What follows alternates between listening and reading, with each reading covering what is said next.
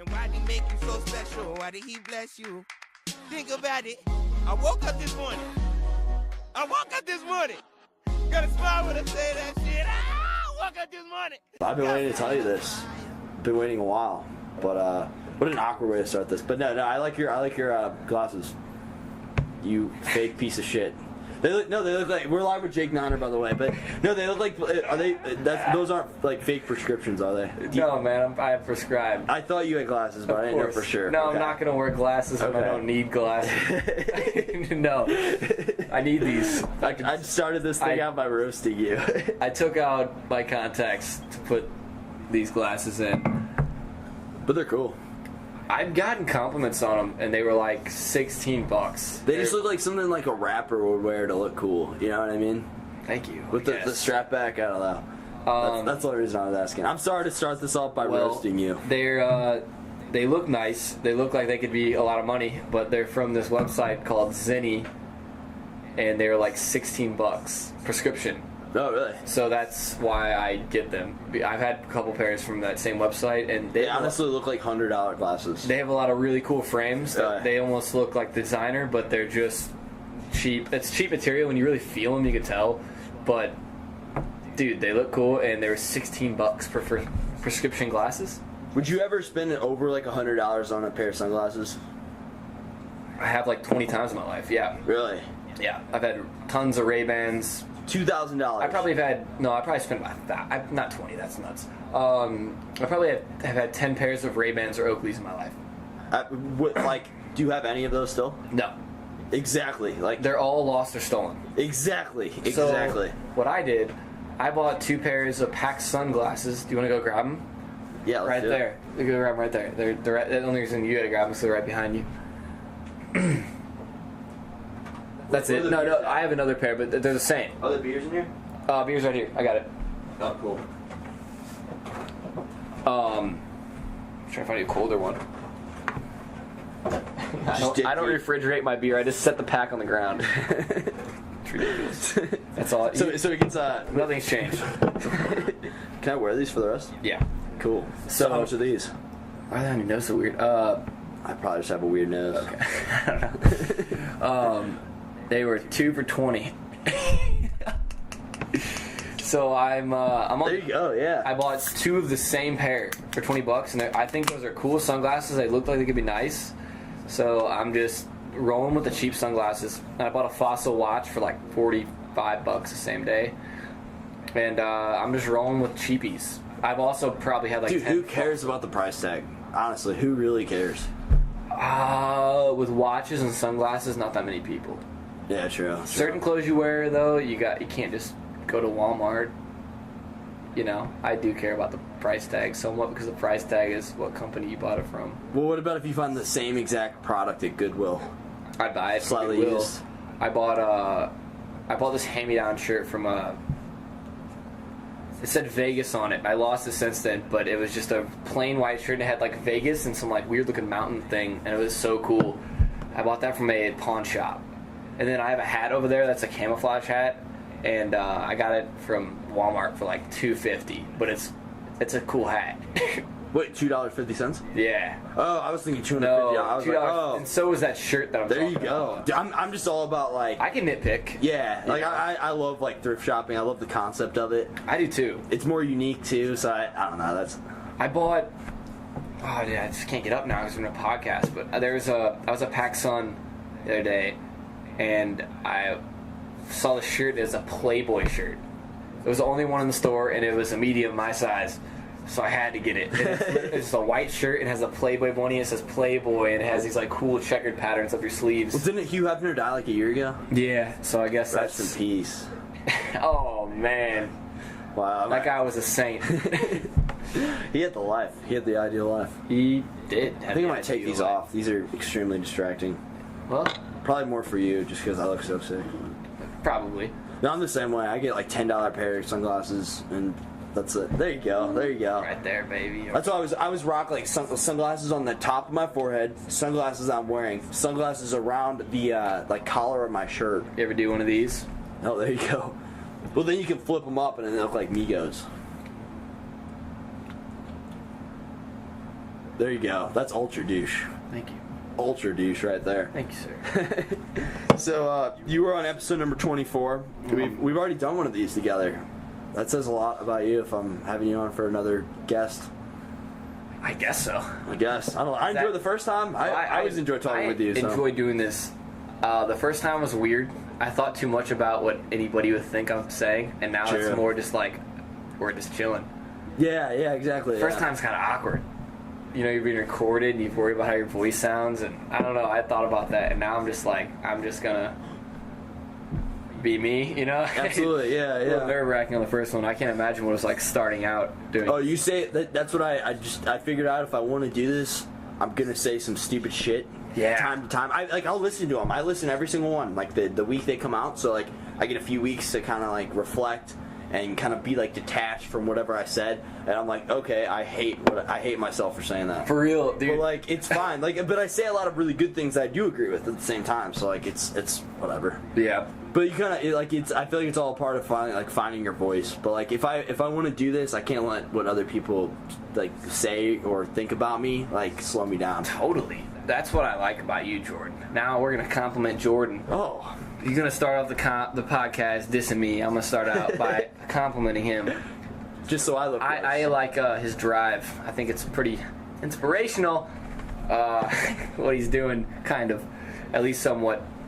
And if I ever wanted to be a creative guy, I'd go to you. Thank you. As I have in the past. Thank you. Yeah. So you have an open mind on a lot of things, which is really nice. That you can talk to Jordan about a lot of crazy ideas he might have. And he's not going to judge you on it.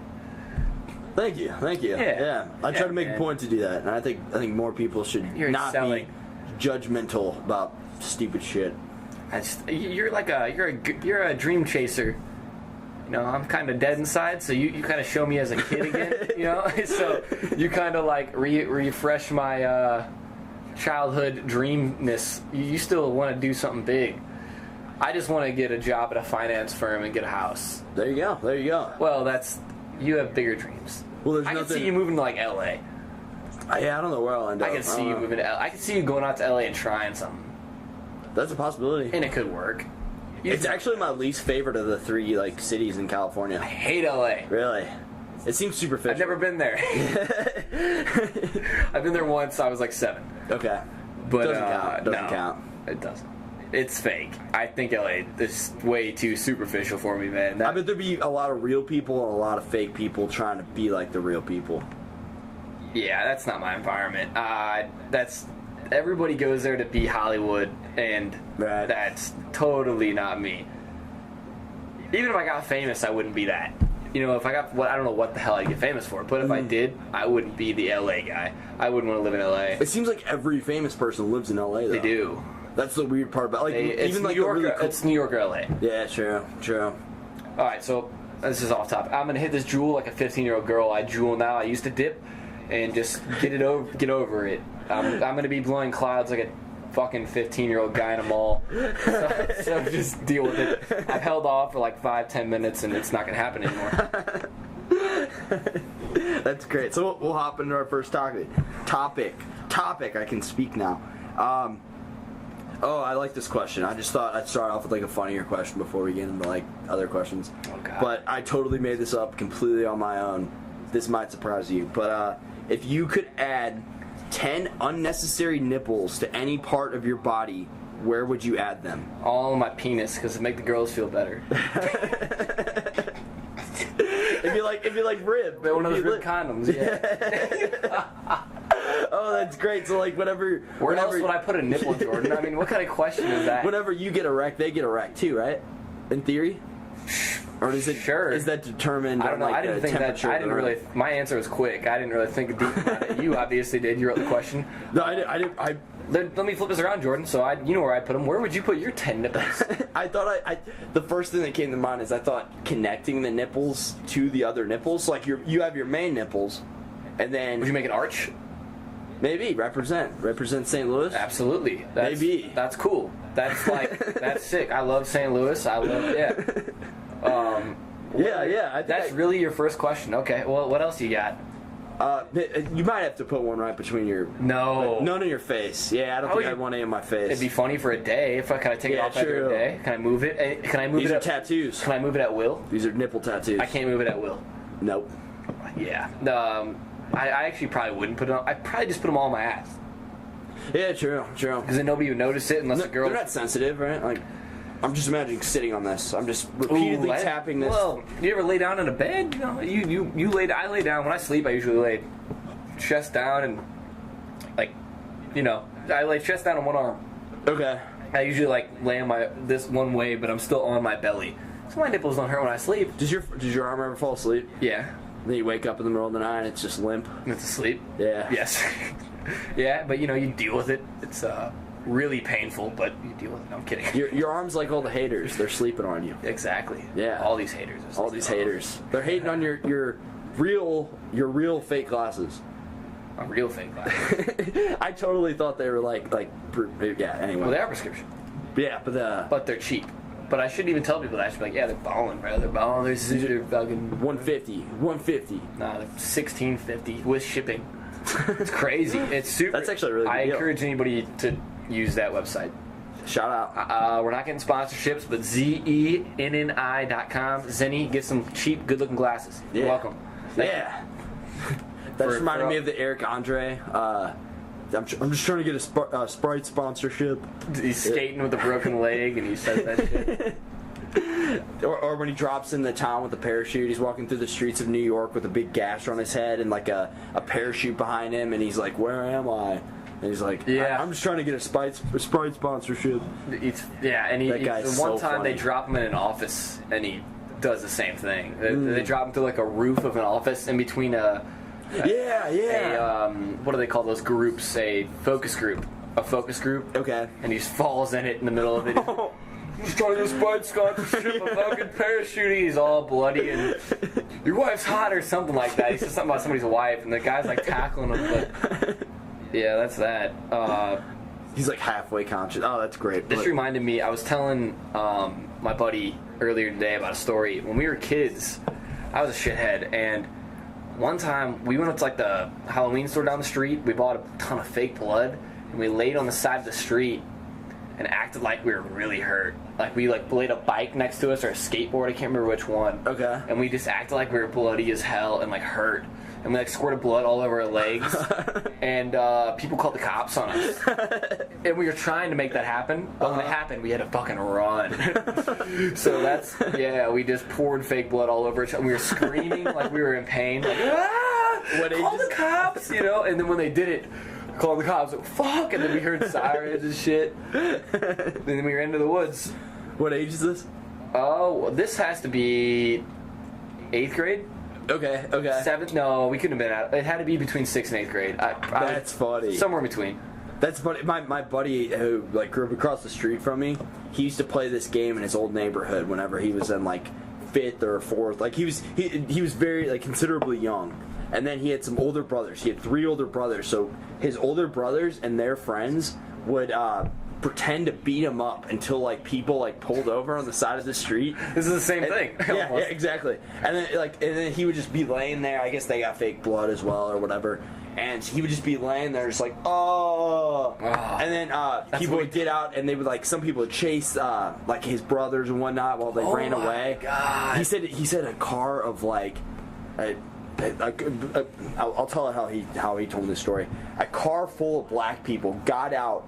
Everybody started chasing his brothers, and then he's just laying there, and there's 2 people left over, and they're asking if he's all right. And the premise of the joke of what he would do is he would hop up and be like, "No worries, I'm Streetlight Superman," and then he would run off too. Did he do that in that situation? I don't know if he did in that situation. I bet he didn't. I don't know. I bet you he didn't.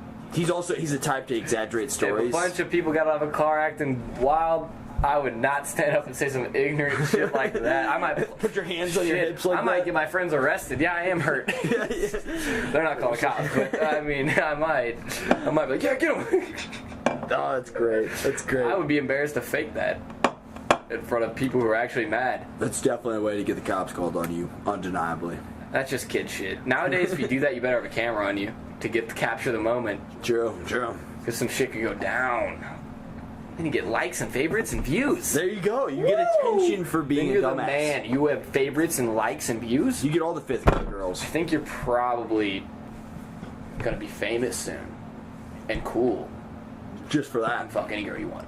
There you go. Right there. Right there. We're all trying to do, right? I think about all the dumb things of things between the two of us that we know that people went viral for. I mean, Sean Like that- McConnell. well, I'm not gonna name. Well, never mind. I just said his name. I name dropped. I'm sorry. Oh man, look at Well, you. Yeah, I you're really right. did. Yeah. Poop shotgun. He's not even embarrassed. You ain't embarrassed. Yeah, I don't think he has no shame with Nah, that. he loved that. That was. Poop well, shotgun. Look it up. Well, he went viral. Poop shotgun. You just You should seriously consider looking it up. literally Google poop shotgun if anybody's listening. Well, you hear my burp. That's gross. Yeah, Google poop shotgun. But Sean didn't get.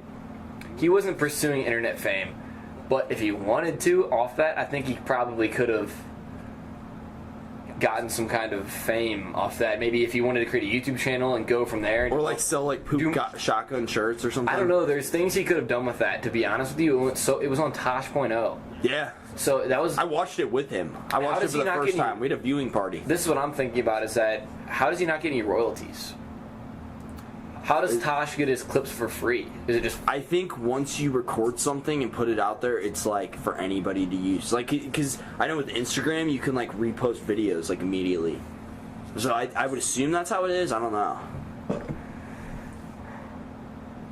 that's I don't know. That's questionable. But yeah, I mean, he could have built something off that. He really. I would have started selling T-shirts. I don't know if I want my name on something like that, but Dude, if you're gonna get rich off it, true. I don't know if anybody wear it. Wait, Jordan, think about what. Hold on. Think about what you're saying. You're saying that there'd be a market of people that would buy a poop shotgun T-shirt. What are you talking about? I bet there were people that would, like amongst like Missouri State. I bet there was somebody down there that would. Oh, that's funny. I didn't think about that. At Missouri State, but who in another state? Yeah, I think he could have bought. Hey, dude, 100 you see that shirts. poop shotgun video? I need to get one of those shirts. What, where a guy shitting on a shirt? I mean, if it was like a cartoon, it'd still be fucked up. It's like an emoji, like one of those like Snapchat things. Yeah, like, that's what I'm thinking, like a bent stick over. figure. A stick figure of somebody bent over. Some brown coming from the back. Oh, that's No, funny. nobody wear that. But he could have built off that, I think. I bet he could have sold 100 shirts. That wasn't easily. He could have sold 100 shirts. But once you get past 100, I think it'd be hard. Oh, absolutely, absolutely. Amongst campus, he could have made some side cash, but that's about it. Campus would be good money. Like they had that T-shirt company in campus, and I think they did okay. I don't know. I started that. That's right. It was The me. Giving Project. Yep. It was a cool And concept. That you guys did well enough, but it was just I don't know if it was expandable enough beyond campus. Nah. It was cool, but it just didn't take off. It was a cool idea. I don't think we had the right team pursuing it. Very possibly. I'm not into it, but it was. I didn't even buy a shirt. I'm an asshole, but Oh, you terrible person. I know. It was Anyway, for charity. I have topics. It was cool. We donated. Let's go back and forth. Yeah, let's do that. Let's talk. I'm about, actually. I'm taking. Crossing that topic. I'm taking creatine right now. What Okay. do you think about creatine as somebody who works out more than me? I've gained 10 pounds in the past 6 weeks. Good for you. Wow, I didn't realize you gained that much in that 6 short amount of weeks. time. Yeah, like 6 weeks. That's nice. Maybe 7. But it's a good gain. Now I'm sitting steady at around 165. I was at 155. So that I contribute a lot of the gains to that. You have to drink a lot of water on it. And here was the misconception that I got. I heard that it fills your muscles up with water. Right. And I don't think that's true. From Really? what I've researched. That's what I've always heard too. The reason you have to drink a lot of water is because it can fuck with your kidneys. It can, yeah, it's really bad. It's almost like a toxin.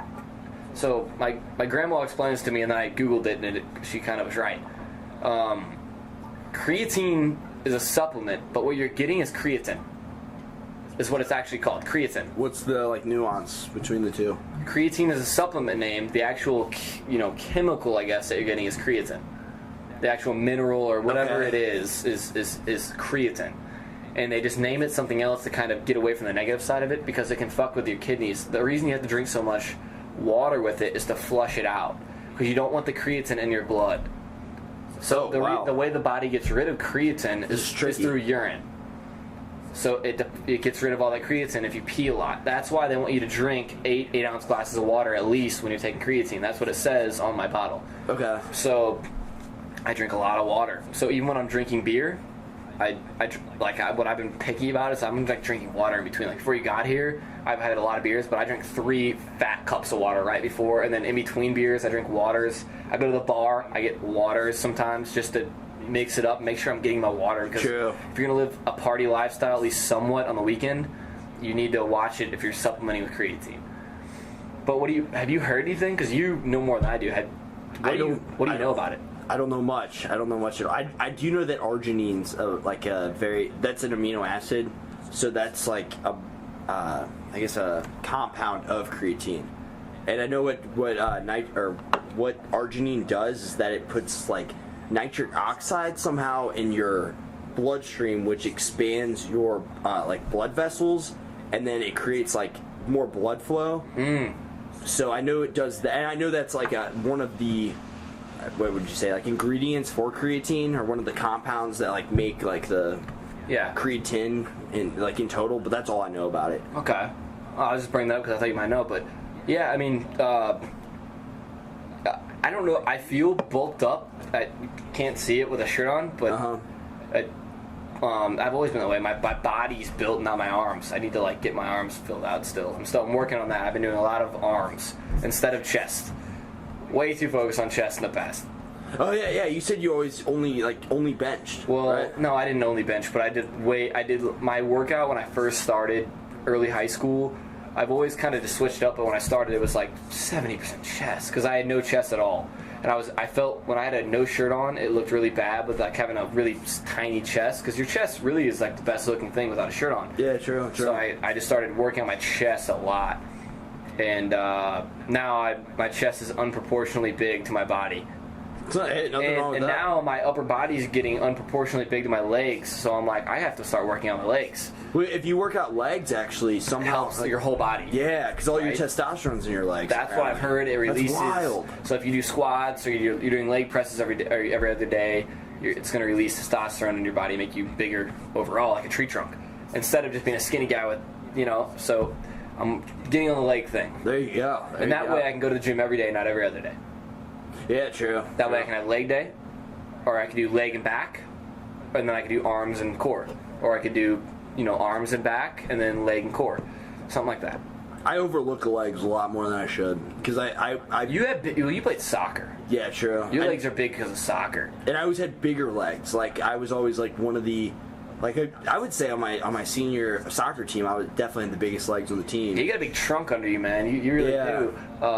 Me, I've always had skinny legs, but like they're toned. It's weird. Like, if I stick my leg out and like flex it, I mean, you probably have the same thing but I know a lot of my friends will stick out their leg and flex it. You can't. I can see every muscle in my leg. You know what I mean? On the top. Right. I don't know what the top of your leg is. What's this? Quad. The quad. So. Hey, no judgment. But no I can see like a lot of muscles in it. I probably just am skinny, but you can really see it. I don't know what that means. I don't know what that means either. Probably just low body fat. Probably. That's what you have, like no body fat. No, just naturally. That's awesome. That's awesome. It's a blessing and a curse. Well, I say curse. Because I'm skinny. But you can just gain muscle, and then it's a blessing. True. So it's all good. I would like to have a little bit more of a natural build to build off of, to be kind of almost pudgy and then work out and then get huge. Ooh. But for me, I have to drink mass gainer and creatine and this shit to just try to gain some weight. And I have to work just to gain weight. Right. Most people are like, oh my god, I ate so much this weekend and I'm going to gain weight. I'm like, I ate so much this weekend, I'm so happy I'm maybe going to gain an ounce. Yeah, right, yeah. So I got to push. Well, I will say, I know 2 guys, they're twins, and I actually played high school soccer with them. Ripped, like huge, like 2 of the biggest guys I know. No body fat on them. They work out? Yes, like huge in the There's some people who don't work out and they're still ripped. That's weird. True. But I was just wondering. Those people make no sense to me. Well, go on. God bless them though. Oh, so these people, they were always like extremely toned and like in high school, and then they got very, very into lifting. So now they just look like exceptional because they put all the mass on there, but they kept all the fat off. So if you just like put in the work for a few years, then you'll be perfect. It's kind of what I'm thinking. I've seen a couple of my friends. One of my friends, Mason, he was kind of a normally built kid. I don't want to say pudgy, but like he was normal. I don't know. He wasn't skinny. He wasn't fat, but he was just kind of normally built. He was a soccer player in high school. He had an athletic build, but he wasn't like jacked. And then one day he decided. I guess one day it was a weird period of time. He all of a sudden decided I'm going to start working out and going crazy, and he did it for like 2 years straight. And now he's just, I mean, he got big in like a year. Good for him, wow. He got big. If you just like focus in on working out, and he hit it hard. Really? I mean, everyday guy. He was like 5 days a week and taking all kinds of shit. And then he got himself from normally built. He's a normal guy. He's not big. He's not skinny. He's just normal. Good for him. To he's a big guy. Wow, good for him. Within a year. And I was like, when I saw that, I'm like, you know what, I can probably do that too. Even if I don't do it in a year, why don't I do it in 2 or 3? Just go a little bit slower and try to just mass gain. So that I was doing boxing for a while, and now my thing is that came.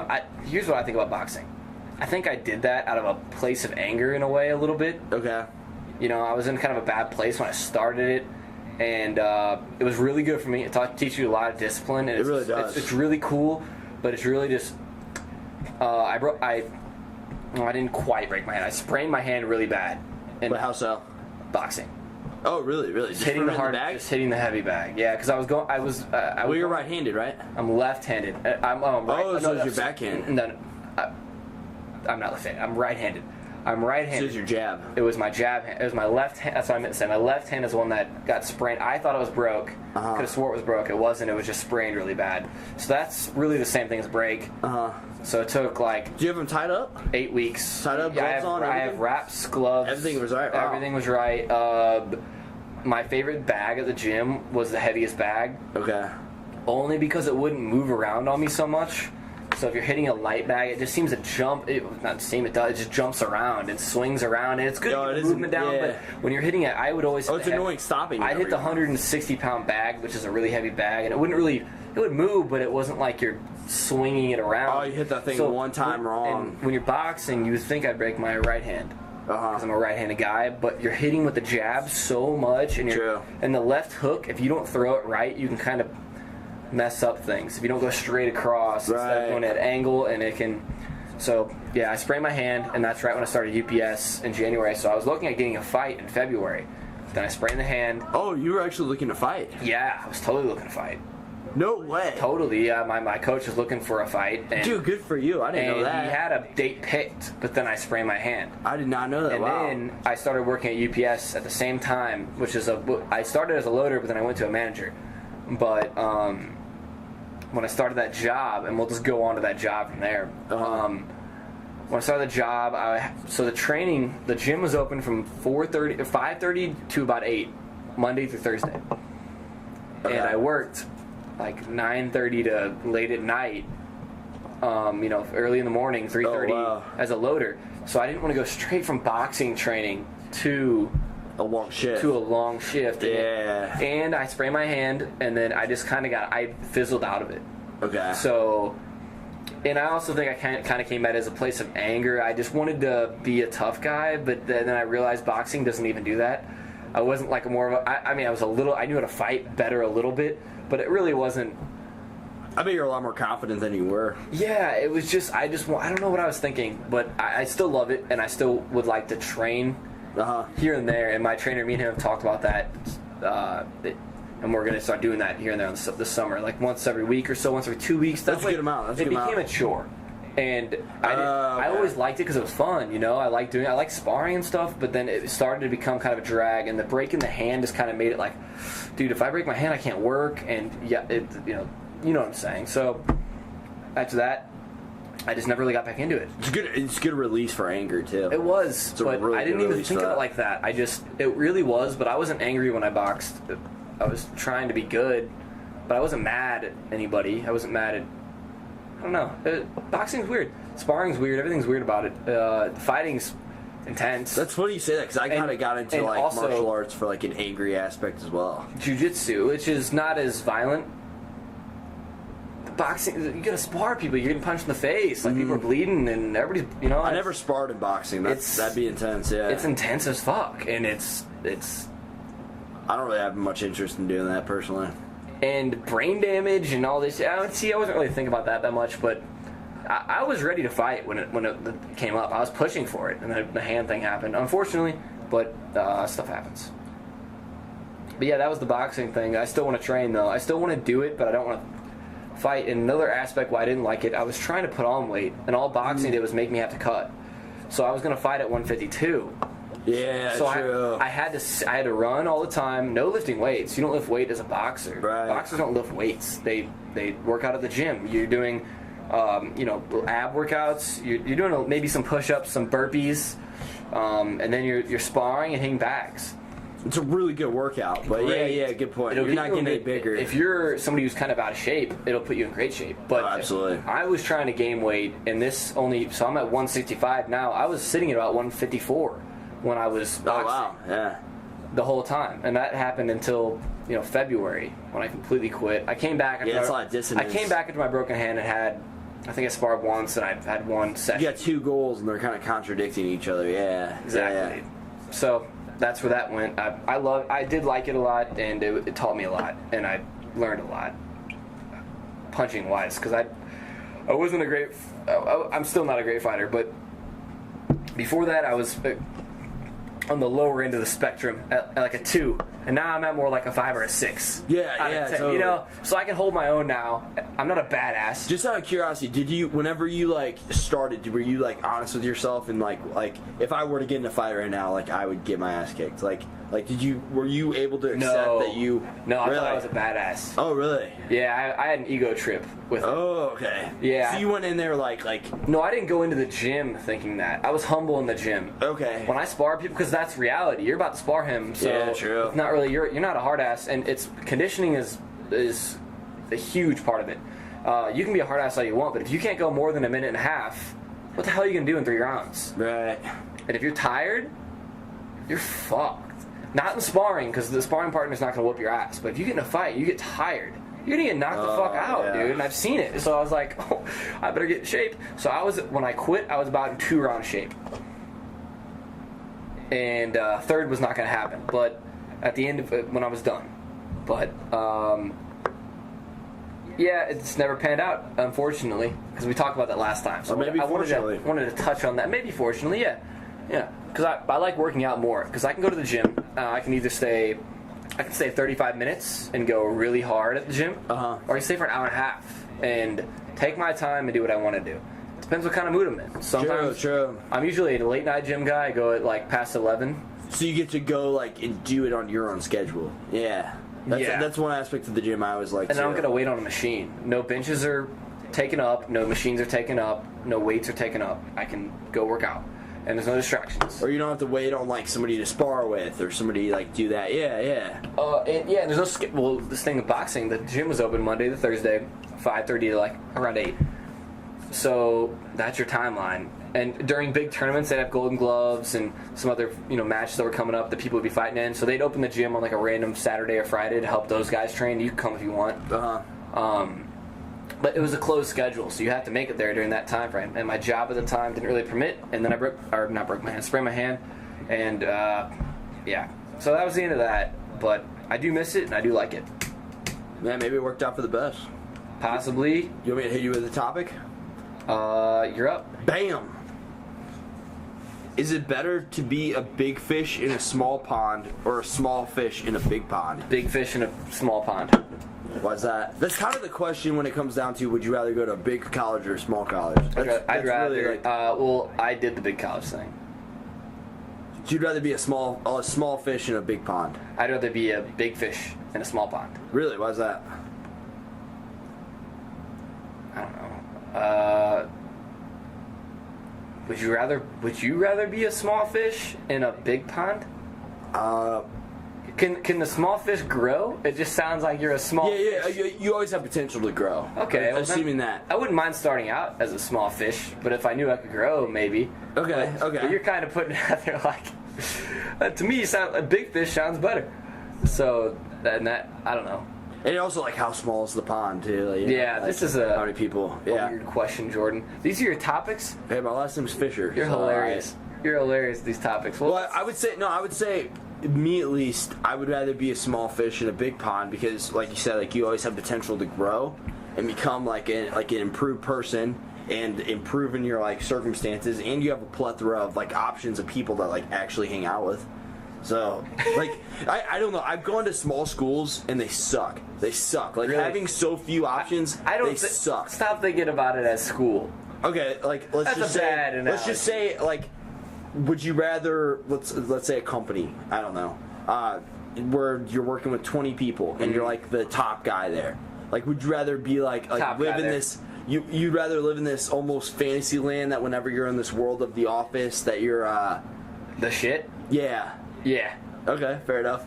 Wait, I'd rather be the guy making money at the job and doing good at the job, being the man at a small company, rather than being at a big corporation or a firm where you're just nobody. I would agree with that. There's more community in the small. Well, what about moving to a city? Would you rather be would you rather move to a small town and be like the main guy there, whatever that is? I'd move to a city. Or like a big city. See, this is a weird question.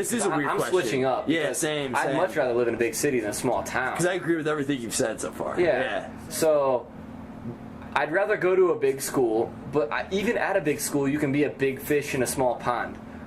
All I think, what I'm thinking of is keeping your group small, keeping your circle small. So I'd rather be respected and liked in a small group than be kind of in a big group. It seems like everybody likes each other, but there's not really a whole lot of love there.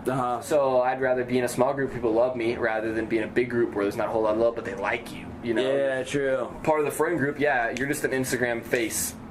You can get swiped out of here in 1 second. Yeah. So those kind of friends go away. They're very temporary. And the friends that don't are the ones that are the small friend group, that's what I'm about. As you get older, I think everybody's like that. Yeah, true.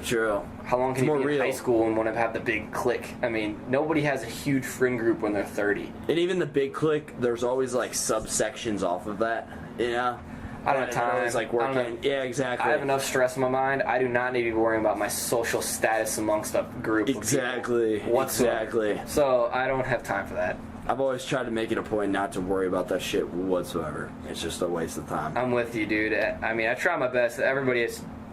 I mean, you can try... Everybody tries to do certain things, but you're still kind of drawn to that for whatever reason, I feel like. The big group, it's kind of fantasizing in a way. But overall, nah. I'm a small knit guy. As I got older, it's gotten more like that. Same. I wouldn't say antisocial, but I just... No, you just value real friendships. I'd rather keep my people around. Absolutely. Not people who don't give a fuck about me. Yeah, isn't that hard about like your... I tweeted this the other day. I tweeted something about this, but like in your early 20s, like the certainty of like who's like a real loyal friend at this age, who's actually going to be somebody like sticking around for a while, and then also everybody's kind of scared about where they're going in life too. That's like, it's kind of a weird age we're at. That's the emphasizer, is where are you going in life. That's what I stress out about. I don't really stress out. What was the first thing you said? Like who your real friends are. Yeah, no, I don't really stress out about that. So you have a lot of certainty, like who your real homies are, and yeah. I'm not worried about that. I don't worry about who my real friends are. The only thing I worry about, the 20s, early 20s are stressful because nobody knows what the fuck they're doing. Yeah, true. Very few. Not everybody. But everybody likes to pretend like they know too. It's I don't like that. They'll pretend, but dude, we're all just winging it, really. I mean, it's not everyone. There's some people who are going out and getting a master's and they know exactly what job they're going to have. And for example, like Brendan Elbrock or Troy, they know they're going to be, nurses or doctors, and they have this plan that they're extremely respectable and smart for doing that and following through it. But for a lot of people who haven't had that plan, like I'm a finance major. I still don't know what the hell I'm going to end up doing. Yeah, true. To be honest, I don't know. But at least I'm on a track, but I don't know exactly. That's it. That's where I'm at. Honestly. So that's what it bugged me out, especially when I turned 21. things got really weird. I feel like I just feel you hit a block when you're 21, and you feel like you should be more grown up than you are, and 22. 22 might be even worse. You feel like you should be an adult. You know, you're 22 now. Geez, shouldn't you be doing something? No, I'm still living in mom's house. Yeah, true. So that can be stressful for me. I expect too much of myself at 22. Okay, that's fair. Shouldn't I be doing big things at 22? Probably not, man. But then again, like, whenever you're like 30, you might see yourself as like a kid now. I am a kid. Yeah. You're a kid. Dude, we're 22. Yeah. We're not we really old. are. Yeah. Ask a 30-year-old, 40, 50-year-old. We don't know shit. Dude, we are babies. Yeah. We're young. We're 22. And I know that sounds old to maybe me. It's not old. It's super young. I'm not too worried about the future, though. We're not to the point where people can respect us and have a conversation with us, but we're still 22, man. We haven't done shit. We haven't made our lives. We haven't figured out anything. Do you even know how to pay your taxes? Like, not really. Absolutely not. Yeah, exactly. We're babies, man. We have never lived outside of our parents' house or at a loan-funded or parent-funded college dorm or apartment or loft. I paid for my own apartment. And I did for my own house, but besides that, no. Come on, doesn't really count. You know what I'm saying? Yeah, it really doesn't. You count. lived at a university. Yeah. So we're not real life. County counts, doesn't count. Doesn't. But regardless, we're like kind of in that transitional phase between like leaving the teenage years, like messing around, like having fun and all that, to like becoming adults, and it's very scary at times. Depressing. Yeah, it is depressing because at your times. party life, as you know it, and how fun college was. Well, also just the freedom. The freedom of time. That's the time you have to be able to like do stuff you want. Like that's becoming like more of a commodity. And you can see that it's ending. It's not just that it is ending right now. I can see in the future that it's pretty depressing. Like when I was in high school, I was like, "Oh, I'm gonna go to college next. That's gonna be crazy, right?" And then once I left college, or I'm still in it, but I'm not at Missouri State, and I'm not living the college life. My mom's, I'm working, and I'm going to UMSL. But I don't have that like, ooh, what's next? Ooh, my next chapter looks nuts. Yeah, it's like my next chapter is get a job and get a fucking house. True. Yeah. So that's depressing, but it's also nice and comforting to know that I hopefully will be successful and just be able to. My goal in life is just get a nice house, get a wife, and have kids and be normal. There you go. That's really all I want. I don't even know if I want a wife, but I hopefully find somebody someday that would work for that. Marriage is scary. Yeah, that's another topic. Girlfriends are scary enough, and then you gotta marry the girlfriend. I get really scared.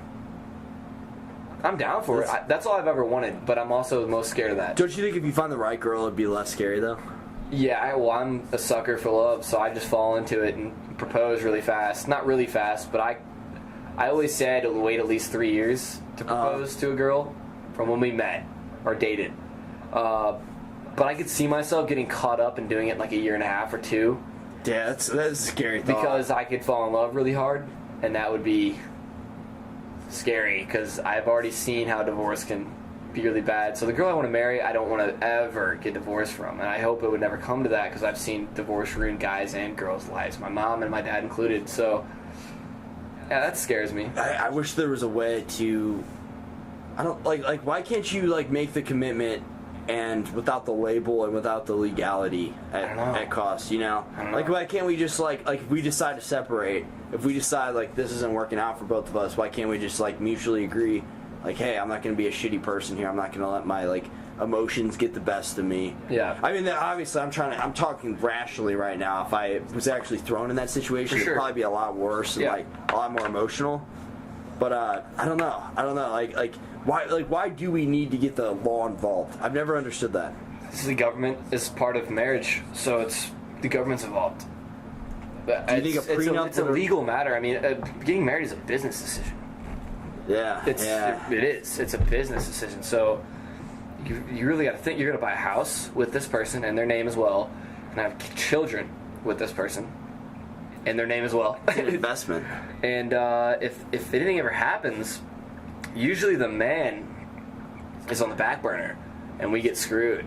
That's what's scary. So the money, I mean, if you have a good job, and if you're, usually the wife's going to get the kids, and then you're going to have to pay child support. And Yeah, the whole thing is just really... Like, it really... And this is how my family is. We've gone through divorce, and I see it, and I've seen all kinds of my friends have parents get divorced, and everybody I know. So it really... It's scary. I don't want to do that. It's a lose-lose for both. Yeah. It is lose-lose for both, except for... Divorce rates are going up, too. It can be a lose... It can be a lose-win. It can be a lose-win if... Okay, yeah. Whoever's making more money, and it's usually the guy. Just not even being sexist. Usually the guy is the breadwinner. But I've seen some things online with celebrities where the woman is making way more money and the guy gets a divorce. And the woman gets a taste of her own medicine because they get screwed over just like the guy. So pretty much whoever gets screwed is the provider. The provider. Whoever's making more money, because when you're married, you're considered to be making that money together. Right. So even if the woman or the man isn't doing shit, they're laying at home all day, if you're making that money, they're part of it. Wow. So they're compensated for it. Yeah, like, I'm totally cool with that. Like anything they make while you're married. If they're making... It's like a mutual fund, yeah. You meet somebody when they're not famous yet let's just throw out a comedian. You meet him when he's working local clubs and he's making $30,000 a year. He gets rich and famous and you guys are happy and you get married and he starts making a ton of money. You're compensated. All that money he made when you guys were married, that's half your money. Pretty much. That's kind of how it works. So, yeah, if you do get married, don't make any money. Well, like, if I get married, like, I say this all the time with prenup. I really do think a prenup is what I need. I would. Again, we're 22. I don't know what the hell I'm talking about right now, but... What if you get married and you're not making a whole lot of money? You don't do the prenup, and then you go on with the marriage for 10 years, and you're making a lot of money at the end of the 10 years. Yeah, like you commit to something, and then you're completely different circumstances by the time that... It's over. Yeah. But they're compensated for everything in between. So, it's just... I don't know. It's a weird system. Prenup, I think a prenup's good, but in order to do the prenup, you have to already be wealthy. I think. You already. Why can't you make that decision? How can you justify it when you're broke? And be like, oh, baby, I'm broke, you're broke, let's get a prenup for me.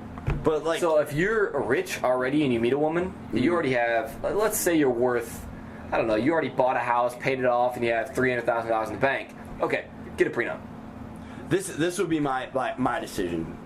I'm confident about like where I'll end up in the future, and I'm confident that I don't think I'll ever really have to worry about like money too much, right? I think there'll be times where I'll struggle. Why is that? What do you want to do actually? I don't know. That's the thing. I just really believe in myself. Honestly, that's just what it is. Like, that's how it should be. I just don't think I'm gonna end up in poor circumstances. I don't think I'm gonna be poor. I think I'll figure something out. I don't know if I'm gonna be middle class or rich. Right. I'm in between being a $50,000 a year guy or a lot of money guy. And a lot of money, I mean by hundreds of thousands. I could be anywhere in between. So I could make $50,000, I could make $100,000, or I could make $300,000. But it just depends on what I do here. Yeah, who knows? How I act and who I meet and all that. But regardless, though, like I just don't want to be vulnerable financially speaking. Like in any situation, like let's say I were to end up making a lot of money, or even if it's just a moderate amount. Like I don't want to be vulnerable, and I think ethically I'm a pretty ethically sound person to where I wouldn't be like terrible to that person just because like whatever happened. Like even if they did like cheat on me or something, like I don't really think I'd just be like terrible to them. But then it's also like a trust thing. Would you dump them? What do you mean by that? They cheated on you. I would assume we get a divorce, but like, why does money need to be played into that? Like, oh yeah, money. See, you're talking on another. Okay, we're still talking about money. Yeah, of course. Right. I don't know. So what if you married somebody and you're married for 5 years and they cheat on you? And then they get half your money? What the hell is that? Yeah, they do. What is that? That's the law. That's ridiculous. That's the law. You can't prove someone was cheating, and the judges don't care. Right. So. Like, why can you not just have a mutual understanding? I don't know. I guess you can, Jordan. You can just have a girlfriend. But you can just not get married. You know Bill Burr, right? Bill Burr dated his girlfriend like 13 years before they got married. Really? And and I'm sure he had a prenup. I'm sure he had a prenup, and she was his girlfriend from the time he was like 37 to 50. Then they locked it up and had a kid. But I think he waited long enough and stuck with that stage to know she wasn't gonna bail out. You know, so Right. I believe in having a girlfriend for a long time, but the problem with that is that girls want to get married, and if you pull that shit long enough to where you're just not going to marry them and just stick with them and be their boyfriend, they might leave and cheat because they want to get married. Right. Girls want to get married. Guys, not so much, but girls, they want to lock you down because that's the nature Right. of it. It makes Yeah, sense. it's a lot more. I want to get married too, but Yeah. they want to lock us down.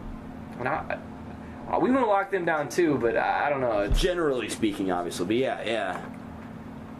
a weird thing. This is a really, This went off the rails. It really I don't did. know This how really we got off topic. I thought we had topics and shit. I was talking about I'm messy thinking tacos, about- hot sauce, and wrap.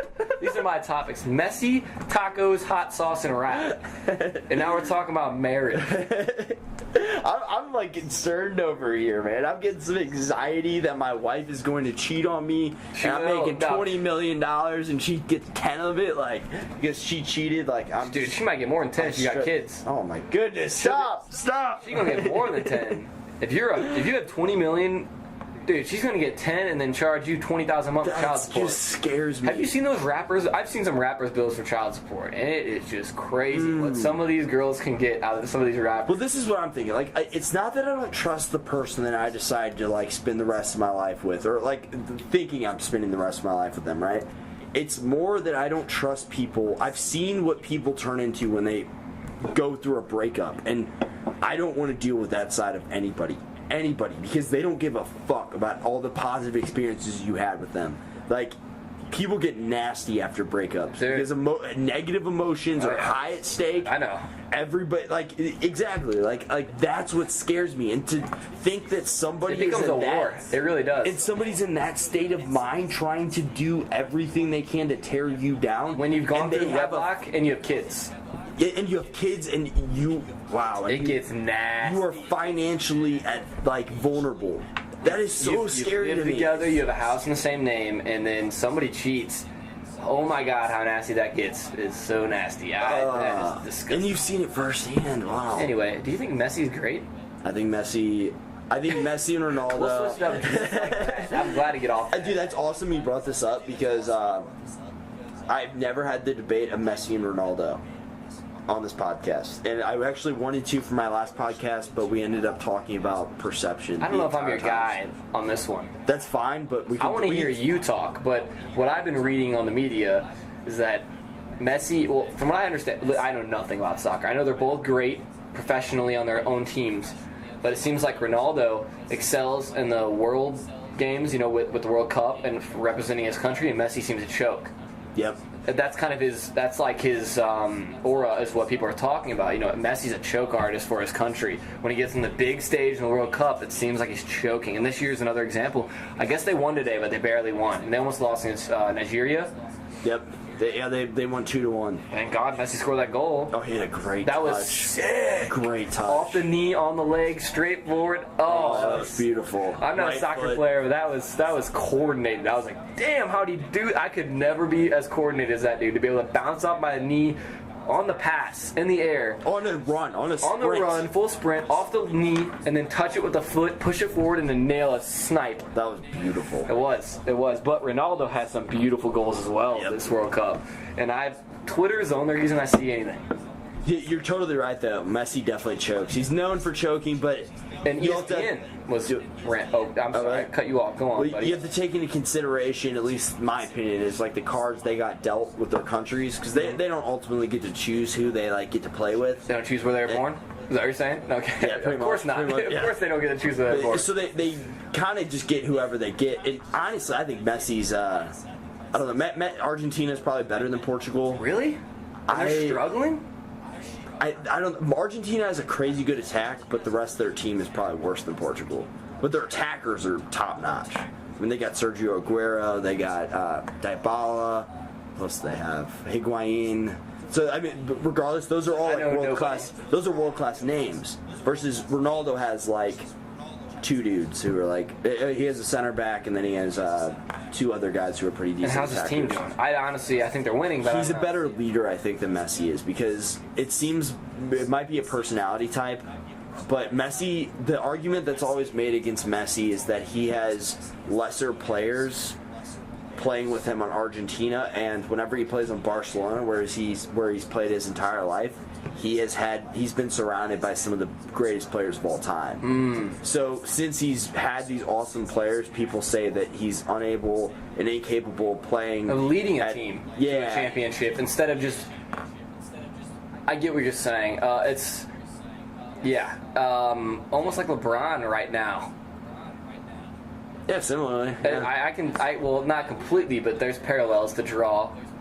He kind of failed as a leader this year, I believe. Really? And I follow the NBA. I watch some games that are on TNT or ESPN. We got him to the finals, though. Yeah, but dude, you know how many problems there were in the regular season with LeBron and his team? I mean, they traded away like the whole fucking team mid-season. Like, really? The whole fucking team around LeBron. They changed everyone right before the playoffs. Why? Because they were sucking. And they had no chemistry, and they were arguing amongst the players. And Isaiah Thomas joined over at Cleveland. He didn't fit at all. And then it just went sour. And they traded away like 5 of their top guys. I didn't know that. And just exchanged with other teams. Is Kyrie still on there? No, dude. Kyrie's been Kyrie, what? He didn't even play on them this season. He was in the Celtics. Oh, really? Yeah. See, I don't follow basketball super tight. Wow, I did not know I'm just that. an ESPN guy, so I follow shit like little clips and stuff on Twitter, and then I'll watch a game here and there on ESPN or TNT. That's the only... Because we don't have local basketball. So I can only watch it on ESPN or TNT. Those are the 2 networks that show basketball. What is that? I just write down topics so that I can think of them later. Gotcha. But yeah, so that's Messi, and I guess he's kind of... That's what I read on ESPN, too. They're just kind of saying he doesn't enjoy the spotlight like Ronaldo does. Yeah. He's not embracing the World Cup the way Ronaldo... He's almost kind of hesitant. He seems like a total introvert. Yeah. That's what I've always picked up on. I think he Messi. is. Yeah, apparently he lives in like a very small house. This is what somebody was telling me the other day whenever was before I went out to this EDM concert, so I don't know how reliable my source is. But okay. But apparently Messi lives in a very like small house, and I guess in Barcelona, and then he'll like put his hood up and like walk his dog and stuff. But like he does not want to be known. Well, he's a world star. Yeah. And that has to be a lot of pressure. I mean, he's one of the most famous people in the world. He has like 90 million followers or something like that on Instagram. And he also, doesn't he have a slight form of autism or something? I've never heard that before. I've heard that. Really? Yeah. Messi has some slight form of autism. Really? Which is why apparently he's so great at soccer. This is what I've heard. And I'm surprised you've never heard that? I've never heard that before. Wow. I'm going to be young Jamie here and Google this. Young Jamie! And see, because Young Jamie! Messi, I'm pretty sure, has autism. Wow. That is, like, really surprising. Yep. Really? Yeah, he's diagnosed with Aspergers at age 8. Really? Not autism, Aspergers. I'm sorry. No way. And what that can do, a lot of people with Aspergers are really smart, but they're socially not so good. Okay. But they're really good at certain things, so they can get focused in on one thing and kind of master it. So yeah, Messi has Aspergers. So he's what? Yeah. What? I told you, man. How did you not know this? I've never heard this before. I knew this, and I don't even follow soccer. And I Googled it, it popped right up. Wow. Yeah, I've never heard that before. Wow. That makes a lot more sense. And this one says Messi is autistic on Quora. But yeah, he is some kind of... Oh.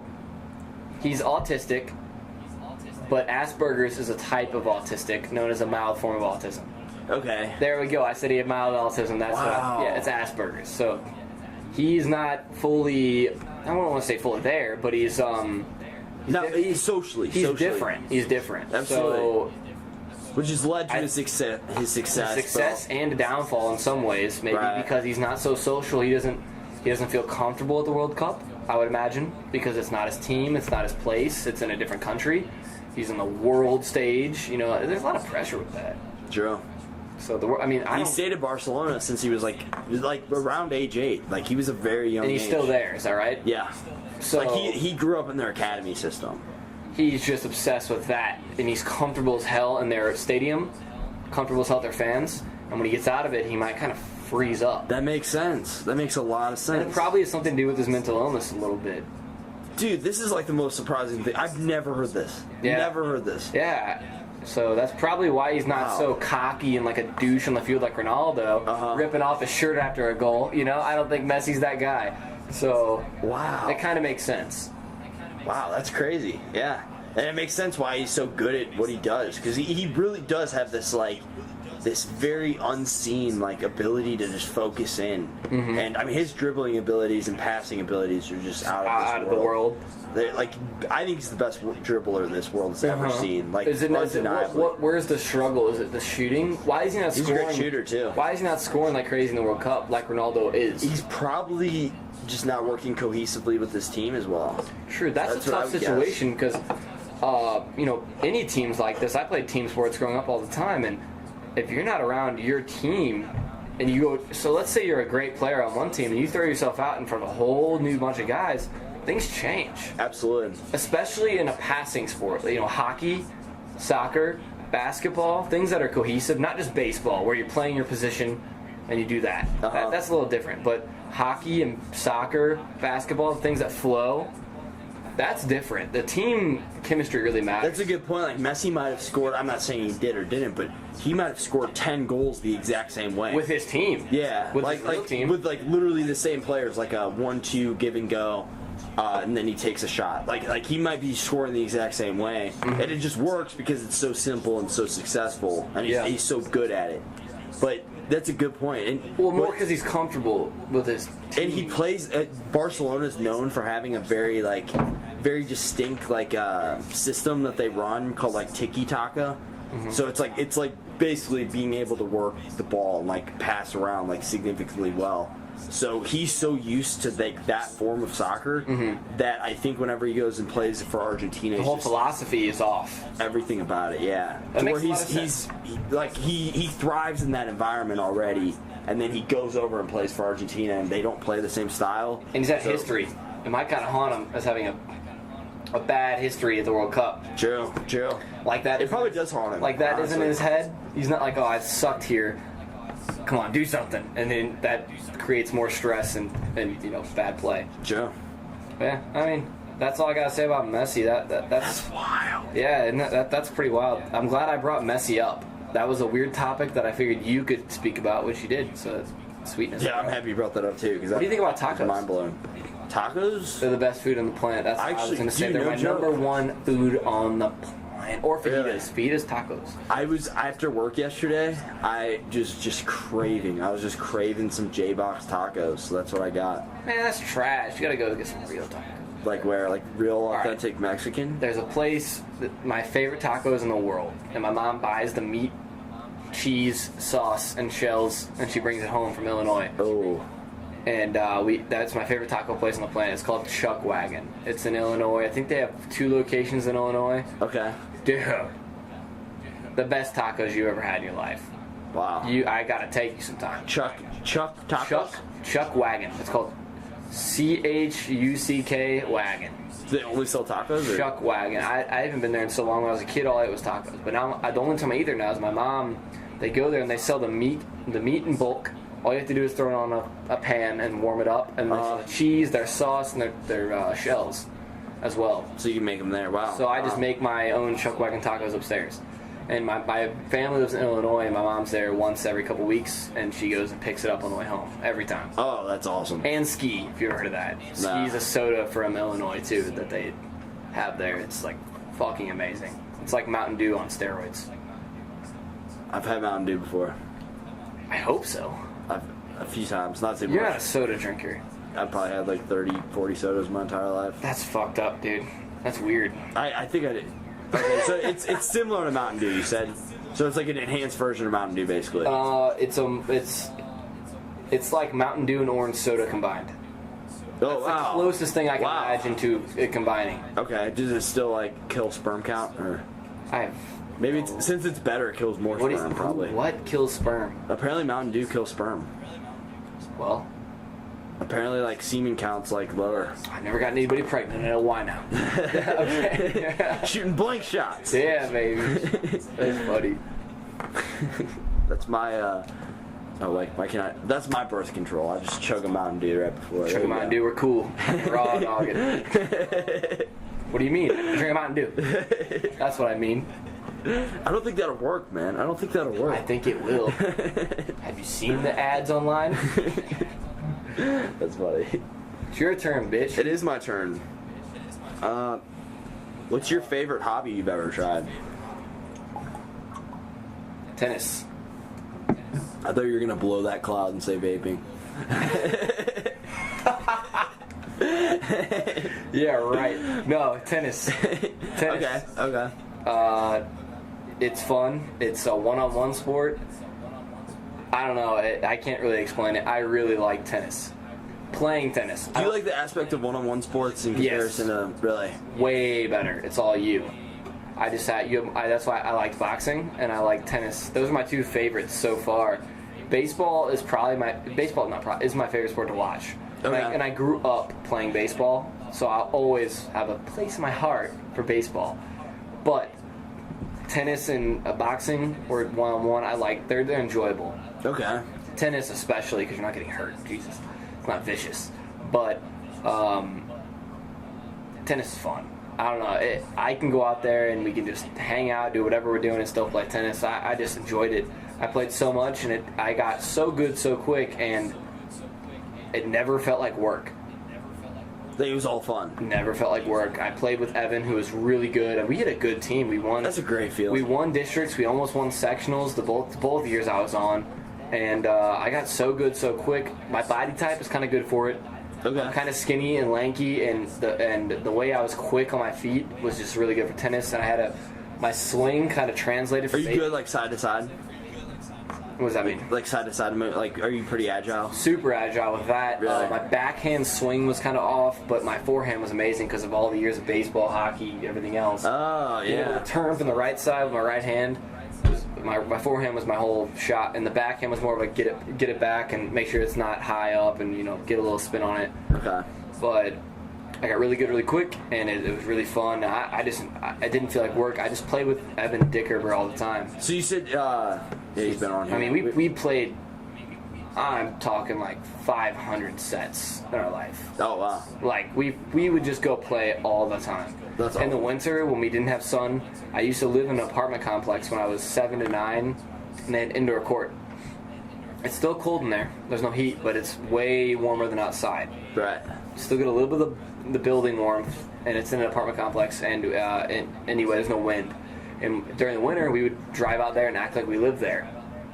Oh. And just go play in the indoor courts. And we've still done that somewhat recently in the past year. Oh, there you go. So we just go to Maryland Heights in the same complex, and we just walk in and act like we live there. Dude, isn't that like a cool like aspects of sports? How you can like bond with people so much more. Me and Evan bonded a ton over tennis. Like I feel like people that I play sports with, I'm just like, I don't know, I just feel way closer with them. And if they're good and competitive. Yeah, if you're able to compete with them, it's so fun to compete. Oh yeah, that's awesome. And especially if it's not. Some of my good friends, I have a hard time competing with because we're just too close. Uh-huh.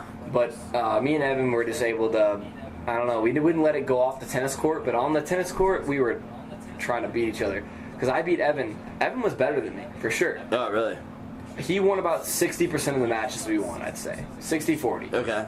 And he had the 2 spot on the team. I had the 4 spot, but the reason I had the 4 spot is because they stacked the team. I should have had the 3 spot.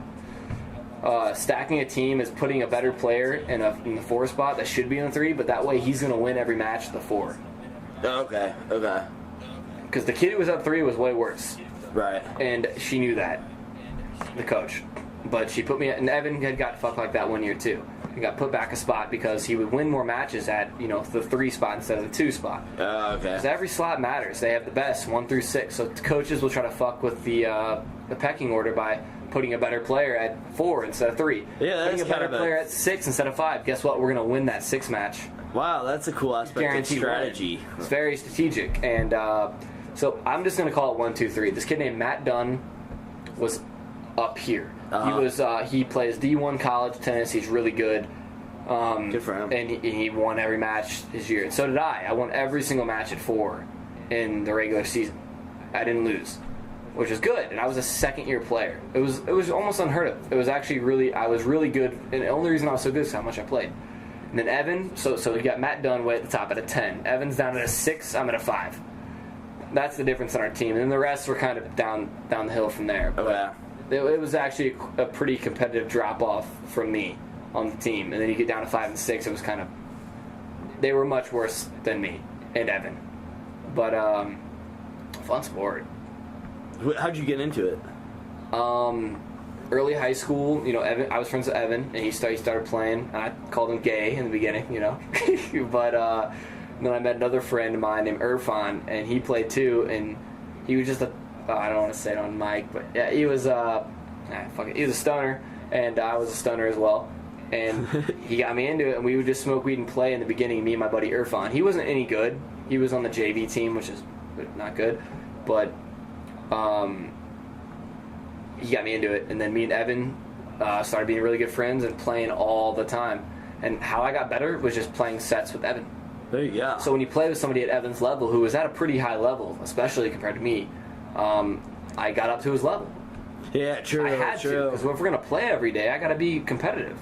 It didn't start out like that. You got to adapt, yeah. When I first started playing Evan, the thing is, I always have a competitive chip when I play sports, so it wasn't the greatest when I first started playing, but I was trying. I had a weird swing. With tennis, you have to get a top spin on the ball. You have to get your racket low. From baseball, my swing was always up here and coming straight through the zone instead of starting low and then coming high and twist. Oh, that's an adjustment. And then twist. Yeah, you start low, come high, and twist, and then you get that spin on the ball. And what that does, so you can hit it as hard as you want, but the ball is going to have that spin and drop down on the court. Right. Instead of you hit it flat and you just slap it, it's going to go hit the fence. Right, yeah. So you get that spin and it drops and... So I would assume it takes some time to get that spin down. It took a little bit of time. Oh, definitely. To get the slice down. My first year I was on, there's varsity gold, varsity silver, and then JV. JV is the worst. JV is anybody who comes and doesn't make the team, they're going to be on JV. You're not going to get cut. There's no cuts. Right. So the first year, I made number 11. And then I went all the way down to, number 4. But really, it was number 3. I was better than the kid at 3. I beat the kid at number 3 during tryouts. I was better than him, and my coach knew it. But, so I went from 11 to 3. And that was great. It was fun. It's so fun to play. And you wanted to play tennis today, actually, but it rained all day. It's a rainy day in STL.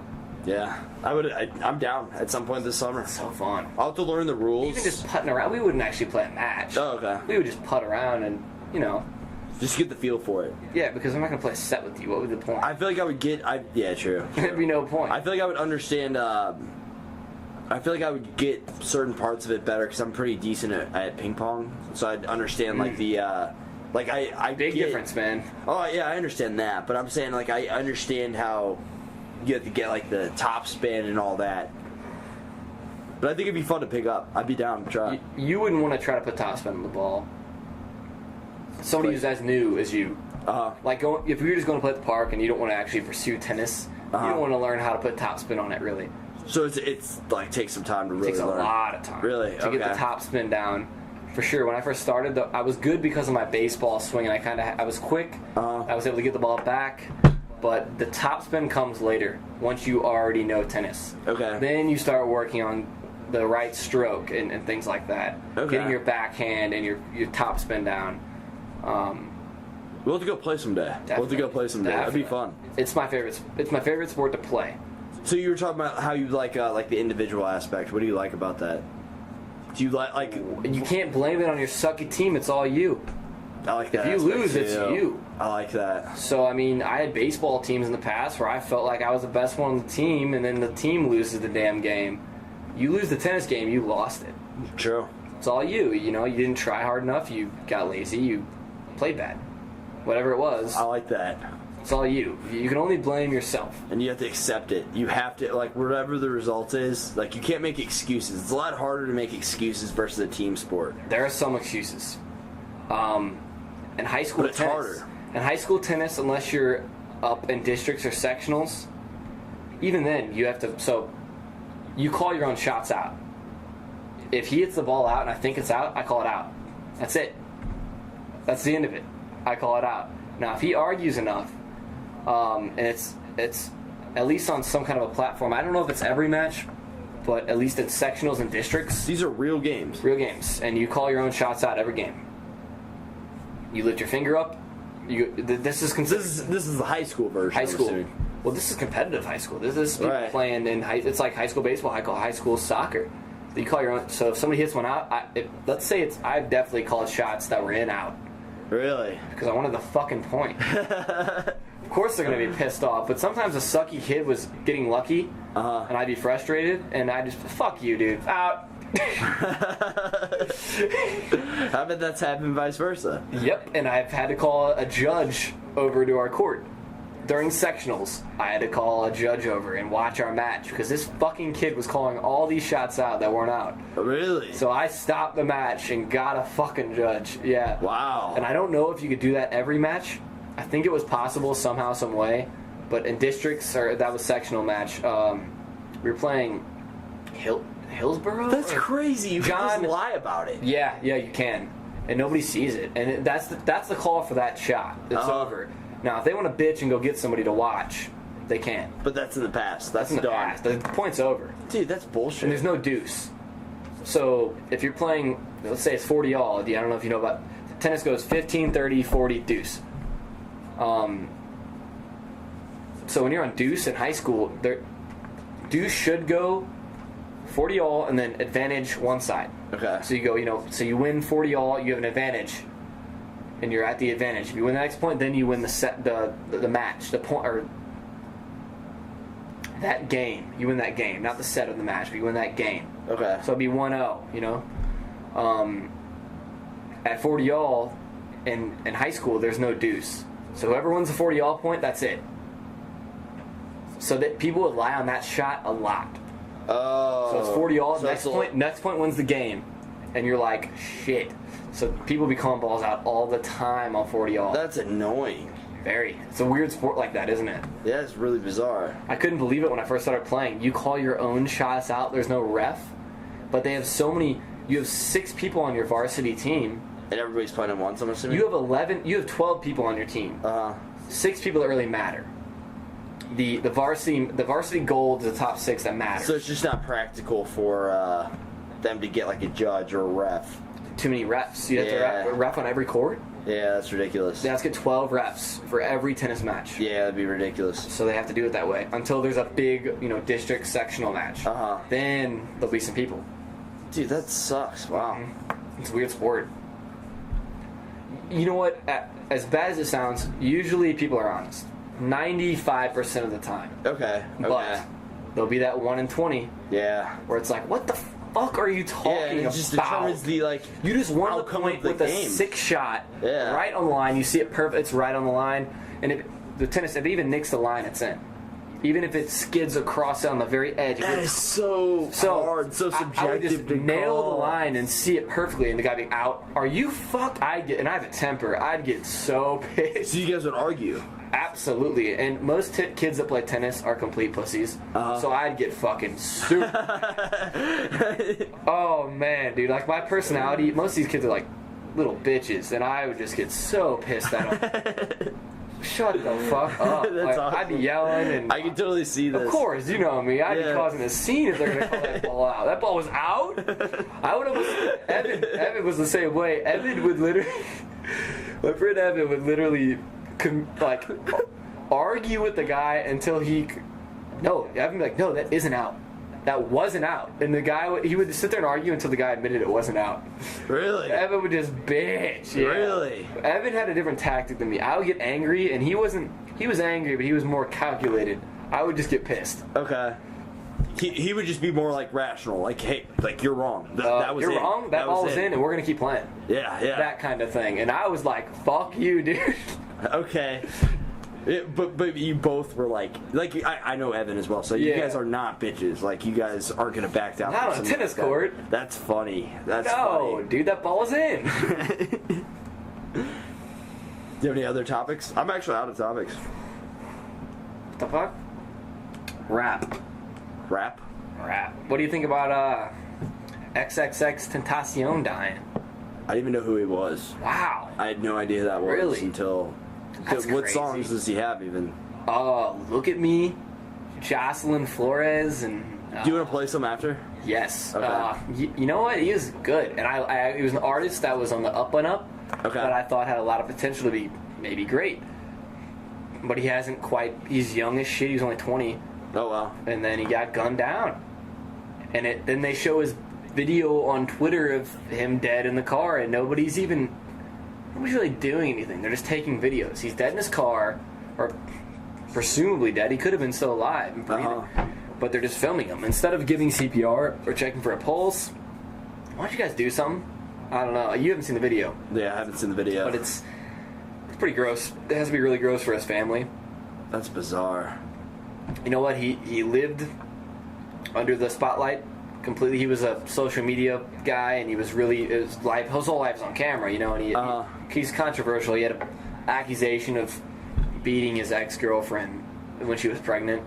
Is that the reason that he got gunned down, or what was the reason? No. Does anybody know the alleged reason, or? They found the killer a couple days later. I did hear that. I saw a picture of him in court. But no one really knows the reason yet. Apparently it was premeditated a little bit, at least. He went to the bank and pulled out a lot of money, and he was thinking about going to buy a motorcycle at it's called Riva Motorsports. Okay. And when he got there, he went in and shopped around, and he didn't buy anything. When he came out, they blocked him off and then shot him. He was driving some super sick BMW with the doors that fly open, whatever those are called. Oh wow. And they just held him up and shot him right there, and then stole his Louis Vuitton bag. And that was it. What did they have to gain from that, though? The cash that they saw him get. So the police haven't released all the information. But the last thing I've seen is that, as I Google it every day, is that it was premeditated. At first they thought it was a random robbery, and now they switched their argument to this is premeditated. So I'm assuming they were kind of following him around. And somebody with some inside information that he had that much money on him, too. Yeah, and apparently there's some videos of him on social media talking about shit after, and you don't fuck with my cousin or something. So apparently this kind of goes deeper than just a random robbery. Okay. Maybe he crossed somebody, pissed someone off in the wrong, the hood is crazy. I mean, right. The streets will kill you. So, I mean, he might have said the wrong thing to the wrong person that just doesn't value life, so they killed him. Wow. And now that dude's going to jail, and he probably doesn't even give a fuck, because some people just think like that. That's wild. Yeah. It's a whole new mentality, whole new world. Welcome to my world. I'm kidding. Welcome to the streets. You ran out of topics? Look at you. Well, I have a few other topics, but to be honest, this one I crossed off because I don't like it. Cross it off then. Whatever you like. Let's go through a few more and we'll end this. Alright, I do have... there's one I actually skipped. Is suffering a necessary part of being a human? Why are you so down with these topics? Yes, absolutely. Suffering is part of being human. Okay. The highs and lows, man. To get the highs, you gotta have the lows. Do you have to? Yeah. Absolutely. Why? To be able to appreciate them? I think in order to appreciate the highs, you have to have the lows. You can't. Yeah, true. I mean, you can't. If you are high enough, you will go low, and then in order to you come back up. I don't know how to explain it. I'm not a genius here, but yeah, you gotta have the lows to have the highs. I mean, a good example is somebody with like a rich kid. Like a rich kid who just is given everything, and then they're completely entitled. He'll have lows. Yeah, he'll have lows too. He'll find his lows. He'll find his lows through drugs or through emptiness and being rich. And the grass is just always greener on the other side. I don't think being rich is the key to happiness. On that note, I don't. Money helps you be comfortable, absolutely. But if you just have money, you think that's going to somehow just make you happy? No. So what do you think somebody that never suffered at all, what do you think they'd be like? I don't think there's anybody who never suffered. Hypothetically.